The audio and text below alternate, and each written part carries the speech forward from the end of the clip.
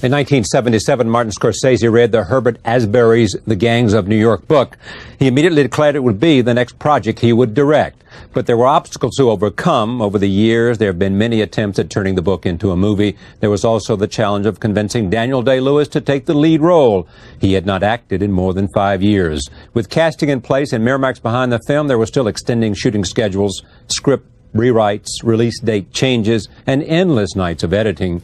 After 25 years, Martin Scorsese has finally completed Gangs of New York, and here is the trailer for the film.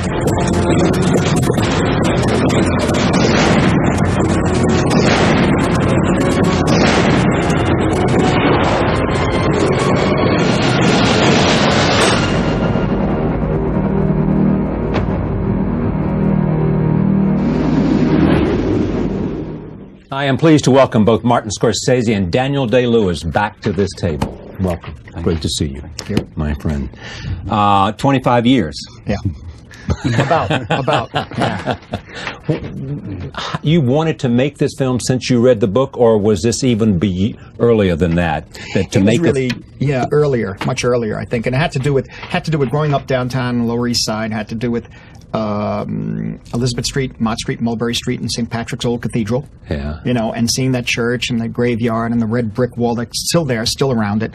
And when I was about 8 or 9 years old, I heard these stories about these groups of people called the Know-Nothings, who wanted to attack the church at one point in time in the 19th century, and that the Irish American community gathered around the church, not just the men, but the women and the children too, and the groups of Know-Nothings who came down from the Bowery down Prince Street were stopped by that and turned away. And I was surprised to hear that story because 8 or 9, I thought there was no problem coming to America, that when immigrants came in, everybody just assimilated. There was no, what was the problem? I was surprised to hear about the anger and the rage against Catholicism and the Irish at that time. And so I started doing a lot of finding these old books from the period about St. Patrick's Old Cathedral and researching. And then I found the book Gangs of New York. And what did that do for you, reading Asbury's book? Well, that really made it very clear in my mind that there was a whole section, in a sense, of, in a way you call it American history, it's New York history, that was not really taught to many of us at school. I think we always thought about the Civil War, that there was the North and the South. I mean, elementary schools, not later, but especially I'm talking about an education in elementary school in the 1950s. The North and the South, there was a very sharp dividing line. Everybody above that line was for the Union, everybody below was for the Confederacy. Right. It's not true. Particularly New York, apparently, is not true. Yeah. There were a lot of Southern sympathizers, certainly anti-abolitionists. Yeah, right. And in the South, certainly in the mountains of North Carolina and Tennessee, lots of people were for the North. Yeah, and when I read the Gangs of New York, the Herbert Asbury book, the richness of the life of the underworld in New York at that time, and particularly the place of the 5 Points, which was termed the worst slum in the world at the time in the 1850s. In fact, I think Charles Dickens came here, wrote a book called American Notes, and on his tour, he was quite horrified. He said it was worse than anything he had seen in the East End of London. And that's Dickens. And so when they say the film, when they say that the film is kind of Dickensian at times, well, I mean, he was here, he saw it, and it was even worse than what. But him, apparently, Davy Crockett came down. He was appalled. Yeah. And Lincoln, when he came here to speak at Cooper Union, first visit he made was to the 5 Points to see it. It was that well known. And did he say anything about it, Lincoln? No. What they did to him was to take him to the old Mission, the brewery. The old brewery Mission, I should say. They had a class of young immigrant children who all cleaned up, and they showed him a class of immigrants being taught arithmetic or whatever, and that sort of thing. You then took out an ad in Variety, said, "I'm going to make this movie." Yeah, I really felt I felt I wanted to create that world that nobody's really ever seen before in film. Kind of a world that, in a sense, the foundation from all my other movies came from, I think. And I started working on ideas for it and gave it over to Jay Cox. And he started writing it, and we announced it with Alberto Grimaldi in 1977, I think. It was an ad in Variety with a famous picture by Jacob Riis, actually, which was taken much later in the 1870s, but gives you the idea of it. And the rest took a very long time. So you had 4 or 5 screenwriters come in? Jay and Steve Zalian, Kenny Lonergan, Three. Three. And Hossein Amini helped us at one point. Yeah. But the looking for what? Looking for a script? Ultimately getting my head around what exactly the story I wanted to tell was. Because for me, the book, Gangs of New York, led to other books. His Herbert Asbury source books of the period. I just wanted to say everything. I didn't know where to stop, you know. Because this was your story. The story you wanted to tell. I really wanted to do it, yeah. And there are aspects of it there's stuff in that book and in Luc Sant's Low Life, which is really the authoritative on all those books. There's remarkable stories of New York and people trying to live together and, how should I put it, testing democracy. Absolutely. Yeah. And so you get a script. I mean, you finally got some script. At some point, you've got to start casting. Mm-hmm. And then you got to find the money or whatever the way that works. You do the casting first and then find the money and do the casting. It is said that you wanted your longtime colleague, Robert De Niro, to play Bill.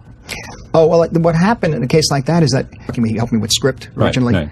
And there was not an issue of him playing the part at all. Never was. But we discussed, of course, naturally we discussed it, but the reality was that I knew that in his interest at the time, it was more to help me guide the script a little bit, you know, and he was giving me other things of his, and so we kind of worked that way together. I went down to, he gave me Cape Fear that way, by the way. Well, let me come back. I know that story. Go ahead, tell the story. Yeah, he had me come down to hear a reading of the script, and I didn't like the way the script was going. It was written by, actually, Wesley Strick. It was really good. Right. But it was this, and also, the original Cape Fear is a very good film, so I said, I don't want to, do a remake, and so we just come down and listen. I don't want to do it. I don't want to do it. Guys had me come down. They all read it there, and Wesley was there, and Spielberg was there, and finally we went out to dinner afterwards, and kept saying, I really want to play this part of Max, and we had a big table, and Steve was next to me, Spielberg, and I said, but I just the script the way it is now. I don't, can't, the family is upsetting, it's too happy together. I said, it's really annoying. And Steve said, you don't like the script, change it. So they had you. Yeah. I said, wait a minute, what do you mean? He said, well, you could do this. He said, does the family live at the end? I said, yes, of course, they have to, because you can do anything you want up to there. And so that got me. And so it's that kind of a relationship that, and in the case of Analyze This, for example, I didn't want to do that. I didn't go along with that and a couple of other things. But that's because I have my own interests and he has his own interests. Okay, two things. One is that my understanding is that Cape Fear, they got you in exchange for doing something else. Somehow there was another movie that was involved in that. Yes. What was that? It was not really another movie. Well, I guess it may have been. I was going to probably do Schindler's List, but that's exactly what it was. Yeah, but that was really Stephen's project. But Stephen had something to do with Cape Fear. Okay, but he exec produced Cape Fear. Here's what I heard. Yeah. Okay, sorry. We'll join you. You'll join in a minute. Yeah. He likes it. Here's what I heard is that Schindler's List was on the table, and you sort of looked at it and developed it to a certain extent. And all of a sudden, Stephen realized that he wanted it, so he brought it back, and there was some kind of trade. But you see, there was a trade. But the thing was this: with I had a project in mind for years, Last Temptation of Christ. Right. Many years. Yeah. I always talked to Steven Spielberg, myself, Jay Cox, Paul Schrader. Right. Everybody knew this project. We all talked, Brian De Palma. Yeah. And Steven had Schindler's List for many years. And so the passion I had for Last Temptation, he had for Schindler's. And at some point in time, I think it was right after I did Last Temptation, I was offered to probably try to do Schindler's List and got Steve Zalian involved and worked on the script for a while. And then during the process, I realized, that this is really his passion. Yeah. This is something he's got to go through. Right. And ultimately, at that same time, he had told me, Marty, one day I'm going to produce a film for you that will make the most money of any film you've ever made. I laughed, of course. And sure enough, it was Cape Fear. And it made the most money of any picture ever made, which allowed Age of Innocence to be made and Kundun. So you turned to a guy who's not making movies. Well, he's somewhere studying cobblers or something. Am I right? My lips are sealed, Charlie. Go on. I mean, he was here in 1997 for The Boxer. You didn't make a movie after that. No. Why not? I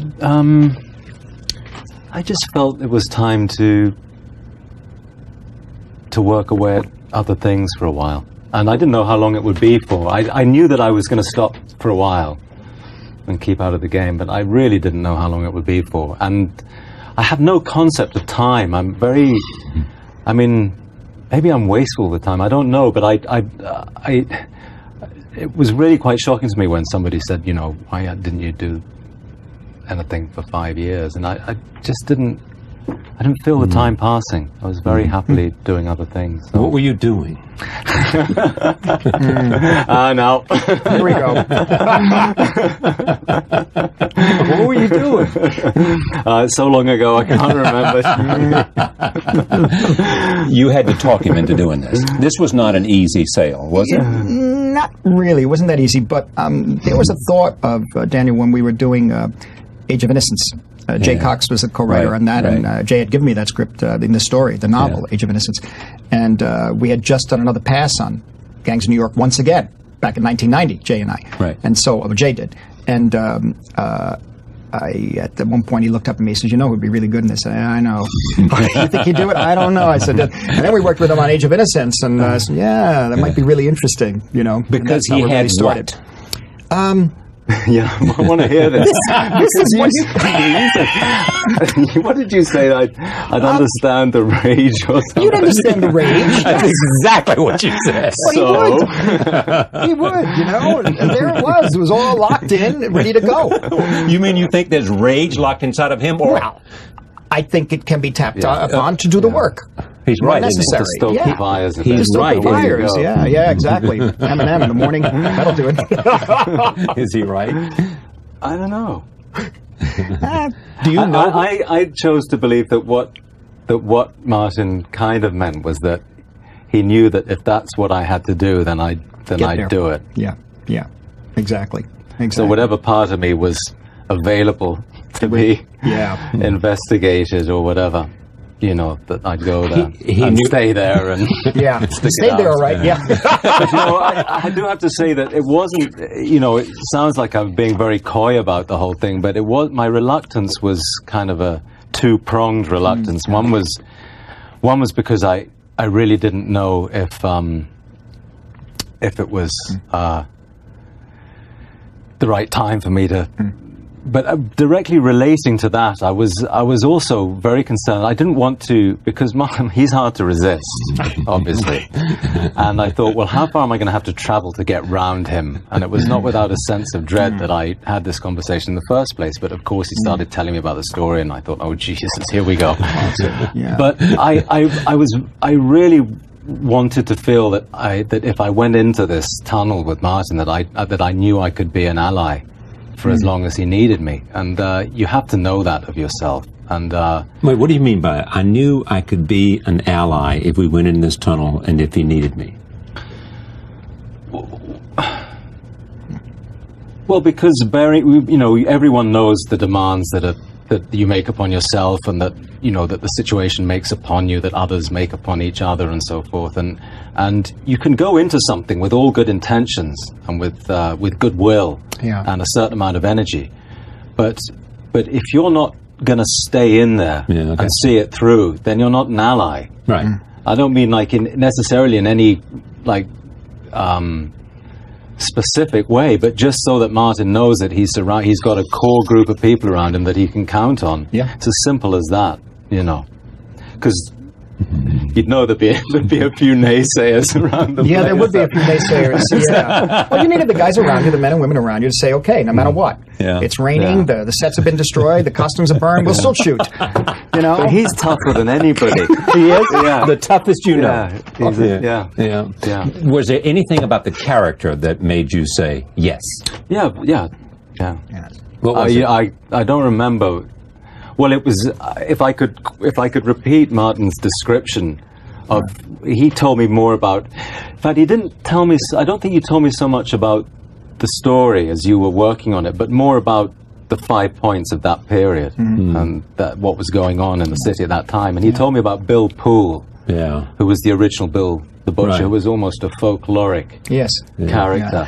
Let me go to you. Who was Bill Poole? Because this is who Bill the Butcher is based on. Bill Poole is the Butcher in our film is partially based on Bill Poole, but Bill Poole was Bill the Butcher Poole, who was a great gambler and man about town, a nativist in sentiment, who was lived in the 5 Points, was a great New York character, and had a running battle with every Irishman he could find.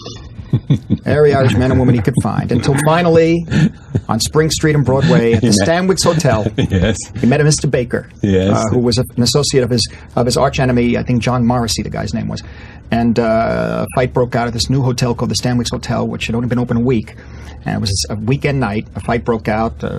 Some things were said, and Mr. Baker came back with a gun and shot up the place, and he got hit. And within 5 days later, he died. But in time enough for his friends to say to his friends to report his last words were, "Goodbye, boys. Thank God I die a true American." And he became, at that time... Which is in the movie. It's in the film, yes, right. But in a different form. Because he was killed in 1856, and we have our Bill the Butcher, William Cutting, right. We changed the name, dying during the draft riots in 1863. Also, he became, in a sense, the character that William Cutting is sort of based on, became a kind of a martyr for the nativist cause against the Irish, because he was killed by an Irishman. And it was apparently... In 1856, was apparently what you would consider now, what it was talked about in the 1920s, the great gangland funerals. With apparently this was the first of them, 10,000 people in the streets, and there was a great deal of anti-Irish feeling and hatred at the time. There were some deaths even during the course of the funeral. He was sort of the last gasp, I think, for the nativism until, I guess, the Native Americans and the Wide Awakes and all those groups changed configuration, I think, after the Civil War. He was part of that tradition of philanthropic hoodlums, wasn't he? Yes, exactly. Sort of Robin Hood-like. Yeah, carving the ears off a man one day and then just, handing out meat to the poor the next. And he's a lovely boy, you don't have to lock your car when... Well, John Gotti used to give fireworks for 4th of July. It was great, But there is something about the Robin Hood. See a clip in just a second. There's something about the Robin Hood nature of him. But also, because he's always giving away meat constantly. Your character is always giving away meat. One point before we see the first clip, the Asbury novel the Asbury book was fact. And you have taken these things and you've moved them around to fit what? To fit your story? To fit what I can do to represent the period, that period of American history, and also to have the proper backdrop, giving enough of the impression of the time, politically and socially, anthropologically, to give enough of a background so that our characters can stand out in the foreground and carry along our story in the foreground. Till ultimately what happens, it's really a story to a certain extent of a young boy coming of age, too. By the time he finally does during the draft riots, it's also the country, in a sense, coming of age and maturing. Ultimately, I always figure that, and I've heard a lot of historians say this, too, but that the American Revolution was really completed in 1865. In a way, the country was unified, finally. And the years of the 19th century in America was the most violent century in American history.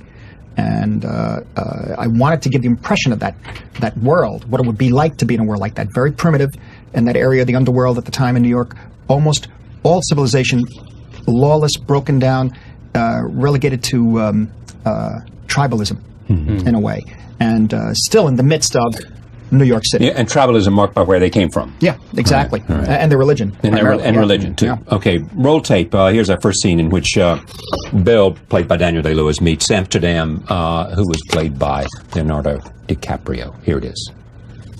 What is your name?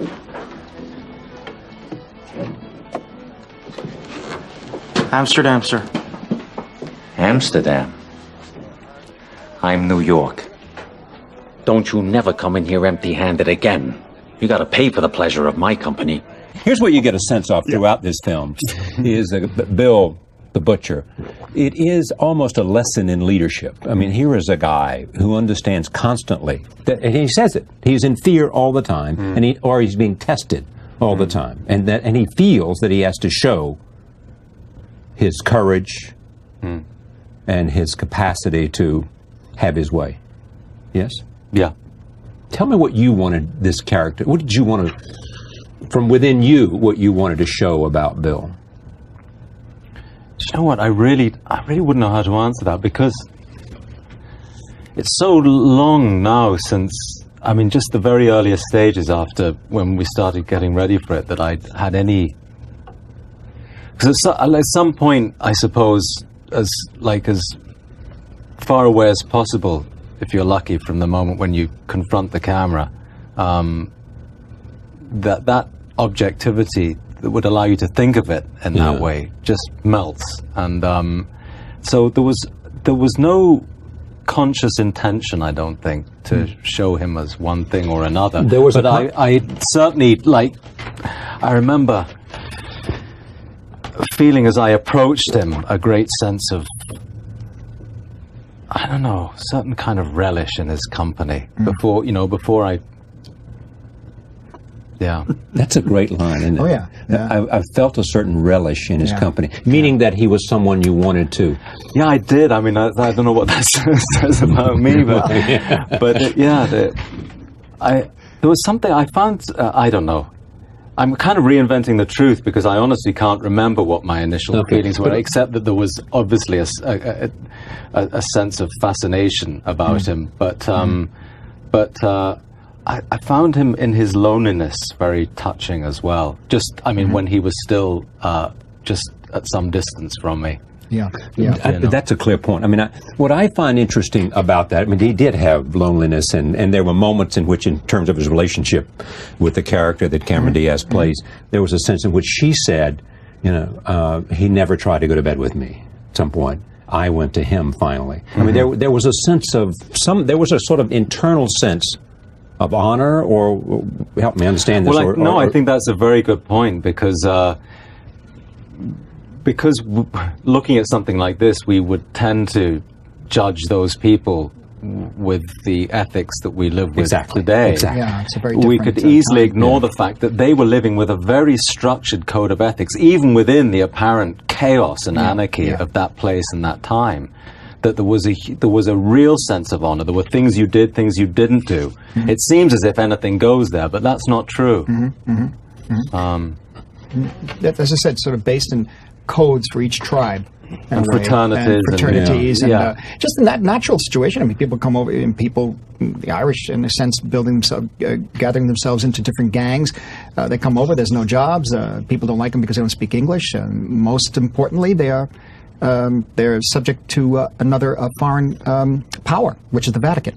Did young Marty Scorsese, growing up, hear these stories? I heard stories from the church. I heard stories around the church, St. Patrick's Old Cathedral. My father remembered some old gangs from the teens, turn of the century. One of them particularly one gang called the Five Pointers, and the other called the 40 Thieves. That the names were apparently so interesting that they were just regenerated in each generation. Different ethnic groups would take them over. But it was also a place in New York called the Fourth Ward, which was very tough downtown. Fourth Ward. Fourth Ward, yeah. I remember that sort of thing. And there was kind of a mythology of it. And it's even in the Asbury book. To a certain extent, there's mythology in there, too. Tell me about the casting of Cameron Diaz and Leonardo. Leonardo, when the idea was first presented to me, was by Mike Ovitz, one night visiting me while I was shooting Bringing Out the Dead. And he said, well, what do you want to do next? And I said, well, I'm not quite sure. I was talking about some projects. He said, why don't we do Gangs of New York? Just like that? Yeah. Mike also was a fellow who sort of helped us put together Last Temptation of Christ and Kundun and that sort of thing. He's gotten some pictures made my career that ordinarily could not get made. You, in fact, have said he changed your life. Yeah, literally. He was back in 1987. We got together, and he said, "I'm forming a new company, management company, and one of our clients is going to be Leonardo DiCaprio." And I had heard of DiCaprio from Bob De Niro because he did This Boy's Life, and De Niro told me, "This is a young man you have to work with someday. He's a brilliant actor. He's going to really develop interestingly. We should do something sometime or whatever." And then I watched him in Gilbert Grape, right? And I thought I didn't realize it was an actor. I didn't know it was. I thought it was a semi-documentary. And saw him in Total Eclipse, a number of other films. Now, of course, this was after Titanic too, so that along with I think the range or the depth of Leonardo DiCaprio as an actor, the bankability thereof in Titanic. And when Ovitz mentioned this, I said, well, that would be really interesting. That'd be great. That'd be interesting. He said, well, where's the script? I said, we have the script, but we haven't worked on the script like in 8 years. Yeah. So that started a long process. Did you then have to go build up the character of Amsterdam so it would be appealing to? To a certain extent. We had left it, Jay Cox had left it in 1990, I think, at a certain point. And we said, listen, if it's ever going to be a reality, we'll go back to it, and he'll work on it again. Jay would work on it again. And that's what we sort of did. And we started harnessing the picture because over the years, naturally, there was so much in it that we had to keep getting it down to a shootable length and size, really. One of the big problems we had in this picture for 20 years, 20 some odd years, is that none of these places exist in New York. It's basically gone. I mean, I was down there today. And 5 Points. 5 Points is, there's maybe 2 of the points left, and so in Columbus Park, right around the federal courthouses and that sort of thing. I guess they sort of just bulldozed over the area, pretend it never existed, and symbolically put up the courts of justice. Which raises the question why you shot this in Rome. Well, yeah, because there are no places in New York that could have, none exist. None even remotely resemble what New York was like in that area. The exteriors. The exteriors. So the exteriors in Rome more closely resembled what? Well, they were built. Yeah. And right. that's eventually when Harvey Weinstein came into the picture, and I must say, I've always said this, even I'm sorry, but even when we were talking about doing the film, there was always a part of me that never believed that the picture ultimately would get made. You know the way it is in terms of because it was such a big film. And when they started building the sets, because it was a big budget film. Big budget, yes. And when they started building the sets, even then, I said, we'll see. We'll see. One day I had to go take a look in Rome. It was in June. I said, all right. And we were still working on all kinds of things. Dante Ferretti, I got a great deal at Cinecittà. Cinecittà Studios wanted to regenerate their presence in the film community, in the film world. Made a very good deal for the American companies, and built, I think, the biggest sets ever at Cinecittà. And probably, I know when George Lucas came to visit a few weeks before shooting started, he was looking around. He was shooting Star Wars there in Italy. And he's looking around, and he said, let's get a picture taken. We had a little picture of the two of us in Paradise Square. There was nobody else there. And he said, on one side is the old, and one side is the new. And he said, I'm the new. He said, the CGI you won't be needing these sets anymore. Yeah. I think it's the last time. Because he's the master of digital technology. It may be the last time sets like this are built. Maybe almost a mile of New York was built. Wow. Based on, It was. Yeah. We just lived in it. Beautiful. Yeah. Now, the Italian craftsmen are second to none Amazing. as well. Amazing. I mean, the quality of the work they did was... Let me just come back. During this 5 years off, where were you living? Where were you living? Well, in Ireland for part of it. Your house in Ireland? Yeah, yeah. This is a little time here. Yeah. A little time in Italy. That's what I thought. There is also, so I want to get to Cameron too. So was that? Well, Cameron Diaz, Joe Roth mentioned it to me, and I met her, and then I met her. She's very nice. Saw something about Mary. I thought she was very funny, very good. I saw a John Malkovich film. I thought she was good. And then once again, in one of the further steps into production was an audition process. Mm-hmm. And she said she would audition. So when we're auditioning all these other young women, she came along.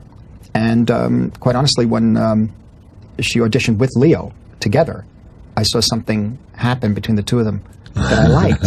I saw kind of a spark and a humor and an attitude. And I said, well, this is what we need. Yeah. It was just one of those things. I had never really, I'd only see her in 2 movies. Yeah. I hadn't seen the other pictures.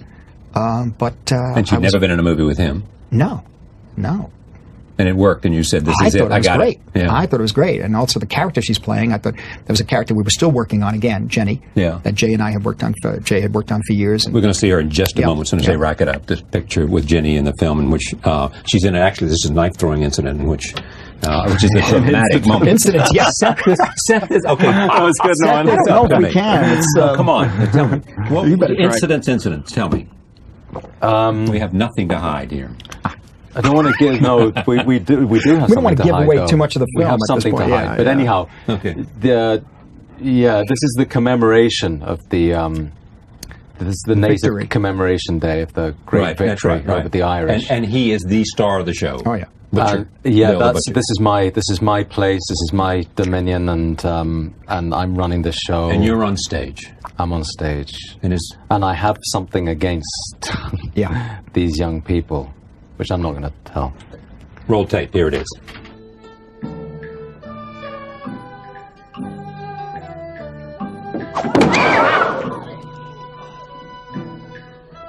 Apologies, my dear. Pick it up.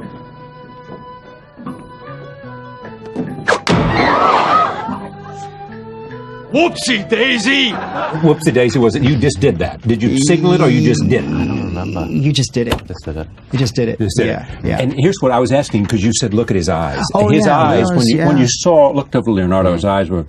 Like that, yeah. And he was just reacting off camera to Bill off camera when Bill was doing his thing with the knives. And by the way, the actual Bill the Butcher, Bill Poole, was known for knife throwing. Right. So again, it's an instance of faction in a way. We take a fact and we move it into a fictitious area. Yeah, exactly. But in all those reactions that you'll see, ultimately, if you see the film of Leo reacting to the knife throws and the hits, they were all separate shots, all designed separately, and tracks and moves and all sorts of things, so that we overlapped and redid it many times, really. But that's the way. That's why this sequence, I think, is actually one of our. We kind of like that as a favorite.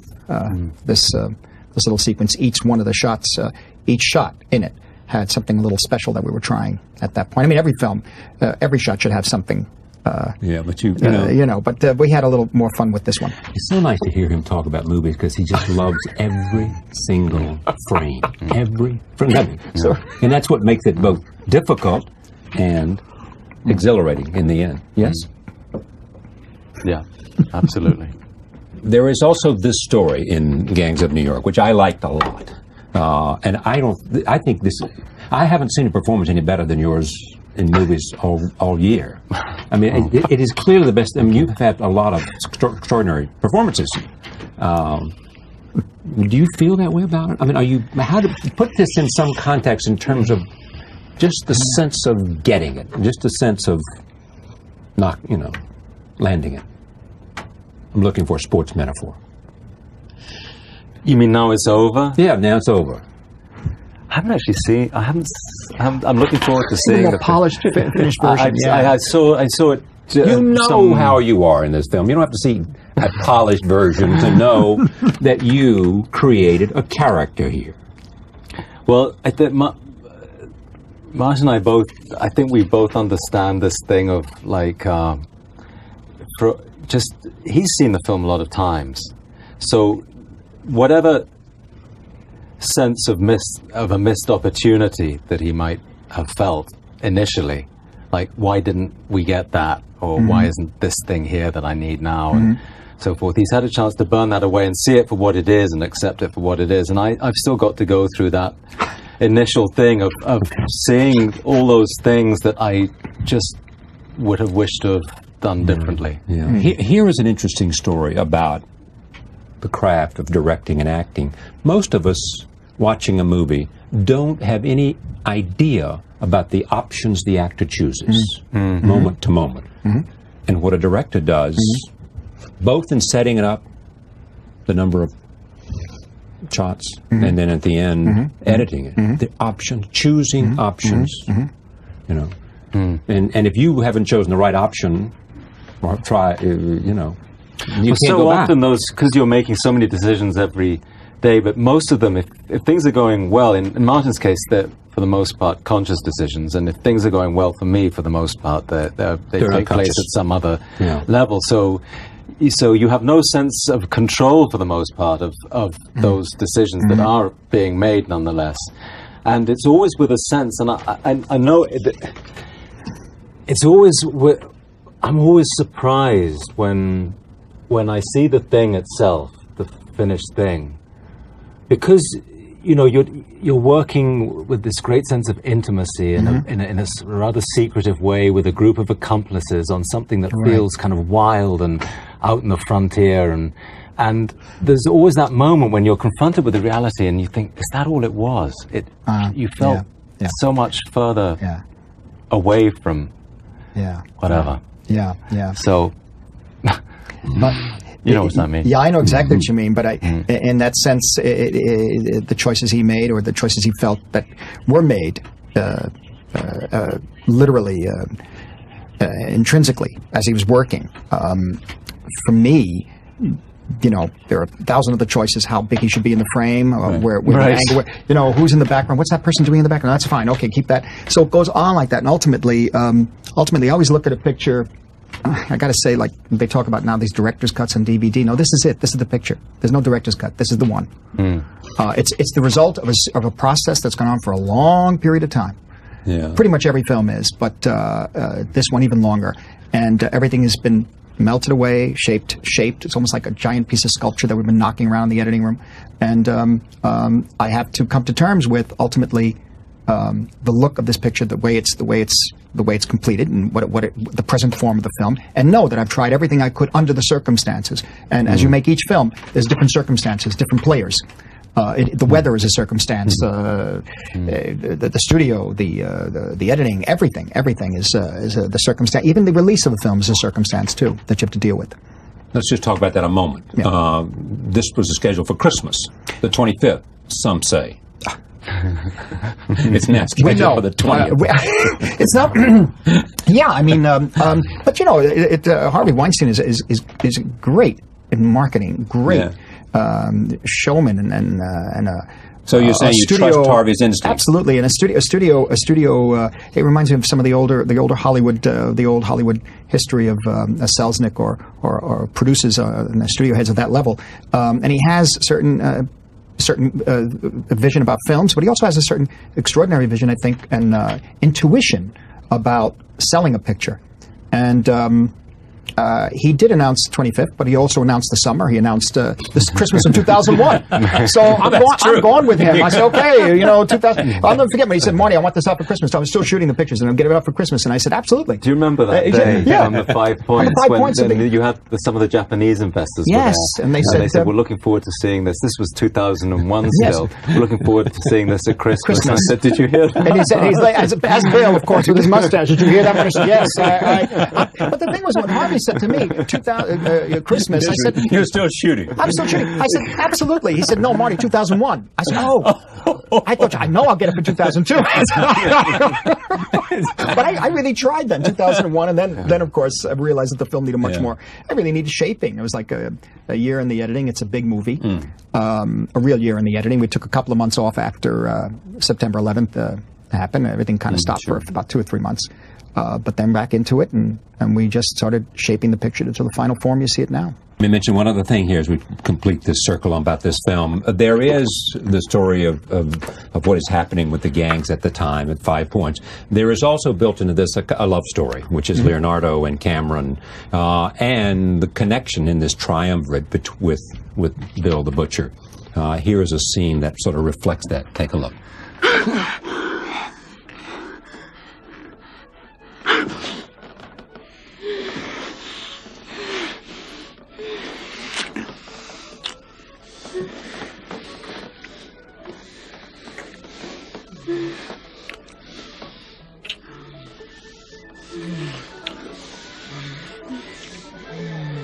I should never say this, but you ought to be able to pierce the curtain and be able to hear you two guys talking about the scene. Now, first of all, you said about this that you took about 18 takes. 17 or 18 takes, yeah. And these kids had so much energy. You know, at first they were just blasting through the scene. I said, no, wait. I said, are you okay? He said, yeah, we can do another. We can do it. I said, you're sure? Yeah. So I kept going. I kept going. And I kept going. I was outside the room, and about after the 8th take or so, I came in between takes to say something, and both of them were on the bed breathing, trying to get some air. Are you okay? He says, yes, I'm fine. All right, get back in there, you know. And you said that when she was away, not on the set, you guys all said, when's she coming back? Bring her back. Bring her back. Because you said she's just terrific to have, to be around. She's fun. She's attractive. She's a source talented. of apparently endless goodwill. Yes. Exactly, which was really is something that you treasure. Indiscriminate goodwill to everybody that she's working with. Yeah. Amazing thing. Yeah. And a range too. I'd said I'd start to do something, and I said I needed to be somewhat more emotional if you can. And next thing you know, she was taking it to a level that I hadn't really thought of. And I was between the three of them, it was a great audience, a great member of the audience to watch these guys work. You know, everybody together. You use some historical characters in here. Boss Tweed is in this film. Yeah, before he was Boss Tweed, actually, right? I mean, William Tweed. Right. He was just on his way to becoming the world's greatest corrupt politician. And what you see, 60 million was it? 60 million. I think he was in debt for 60. He'd embezzled 60 million when they caught up. Yeah, 1870. The New York Times got him. And what you see here is we don't have to see him saying this, but basically what it is it is to me the pure politician. everything is about counting votes. Yes, Everything that's is right. about getting. That's right. I mean, is it? And no. The quote in the film when he says, when Tweed tells his assistant, he said, the assistant says, Monk is winning by 10,000 more votes than there are people. He said, well, make it 20. We want to triumph. And he said, well, we don't have enough ballots. He says, the first rule of politics is not the ballots that win, it's the counters. It's the counters. Keep counting. That's an actual quote. We got it from the New Yorker. It was a quote from William Tweed in 1870. And it was right after the election, by the way. And it was, oh, we got to put this in, you know. Does this film continue themes that have been part of your entire filmatic history? I think to a certain extent, I really do. Ultimately, there's I'm attracted by the place in a sense because it makes people behave a certain way, meaning first for survival, and ultimately, I always think person does one or two bad things. Does that mean that person is bad, genuinely bad? Right. And sometimes it's just bad luck, and they're forced into a situation. You think of Threepenny Opera, you think of some of the lines from the lyrics, first feed the face, then talk right and wrong, and what do you expect?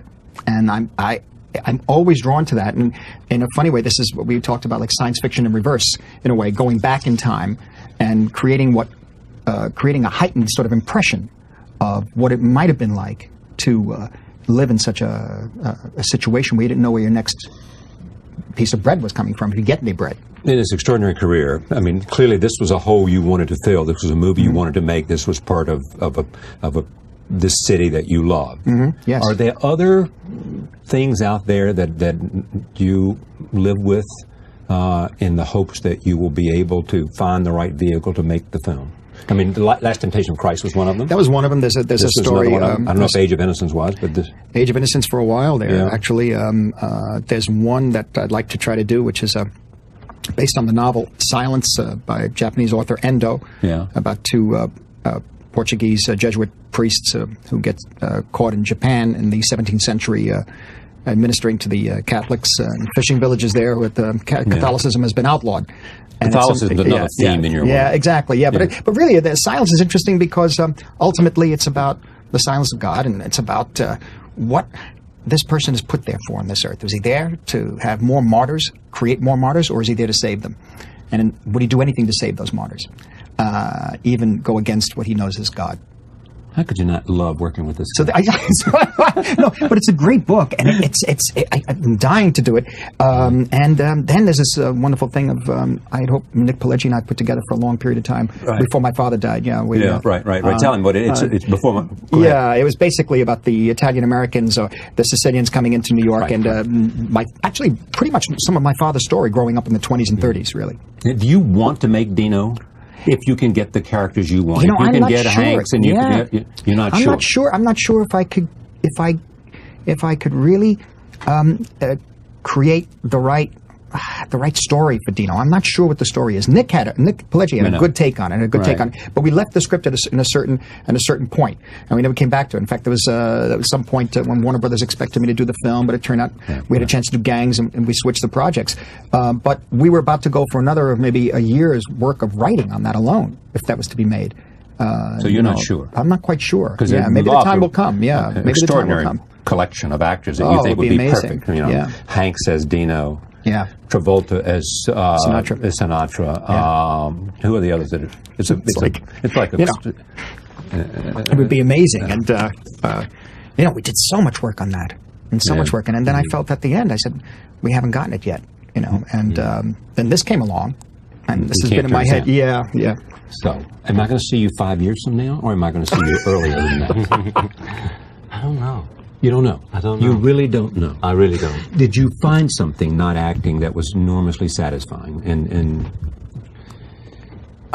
fatherhood, clearly? Yes. Right. Yeah, I think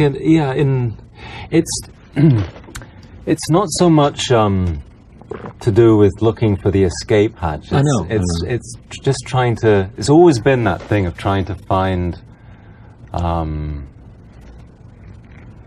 the balance that would allow me to do the work in the way that I may be able to work in a different way or do things differently, I don't know, but for whatever reason the way in which I'm able to enjoy the work most seems to mean that I then have to stay away from it for a while for some reason. It leaves me with I don't know what. Just I don't know what. I don't want to leave it there. Did this do anything in terms of saying, God, this is why I like doing this? Well, it did both things. It reminded me of all the things that exactly. I've always loved unequivocally about the work, and quite obviously working with Martin, as you know, was, you know, in itself something that is like so hugely sustaining, you know, I mean, but it also reminded me of most of the reasons why I kept away from it. Because it absorbs you so much. I mean, even to the extent that on the set you wanted to be called Bill, and you have this reputation. Well, I don't know. I don't remember ever making that demand. So many things. I don't want to suggest it was a demand, but no. Go ahead. No, I can't remember what I was going to say. Sort of Bill. Sort of when you saw him, it was Bill. It was not Daniel. It was That Bill. was it. So you wouldn't call him anything else. You would call him Bill. Was the mustache your idea, or was that? It was, yeah. It was. I think. You see, I think for most people, the thing that gives most joy is learning about something. Yeah, is satisfying a curiosity. That's where most real pleasure comes from, Right. and the greater part of that pleasure of discovery takes place before you start to shoot the film. Right. During the course of it, you make some very interesting discoveries in a very different level. I mean, it's a much more visceral pleasure because it's taking you moment by moment, and it's surprising you, and you're much less in control of what's happening. But in essence, you're giving out. You're scooping yourself out of all that stuff that you tried to gorge yourself on beforehand. And at the end of it, you feel, and I'm sure Martin feels the same way, tremendously depleted. Oh, yeah. And the only analogy I've ever found that vaguely kind of seemed to fit for me was the idea of leaving a field lying fallow because you just can't grow anything in it anymore. And I think it's as much that as anything else. And even from quite early on, long before I had the luxury of choice, because obviously when you're a kid and you're starting out, you're raking stuff off the shelves. You know, if it's available, you want it. You know, you want to you make your mark and do that thing. But I might have made a decision, a bad decision at some time. I don't remember specifically, but I was given this gift of this tiny piece of self-knowledge, which told me that I couldn't just keep doing that thing. If I were going to keep doing it over a long period of time, I would have to stay away from it as well. I don't know why. Yeah, coming from where I do, and understanding letting fields lie fallow, I understand exactly now what, you know, what it could be about. Thank you for coming. No, it's my pleasure. Thank you. Great to see you. Marty. Thank you. My friend. Gangs of New York, it is an incredible film. Brilliant performances. It tells a story that will grab you from the very first frame. Thank you for joining us. See you next time.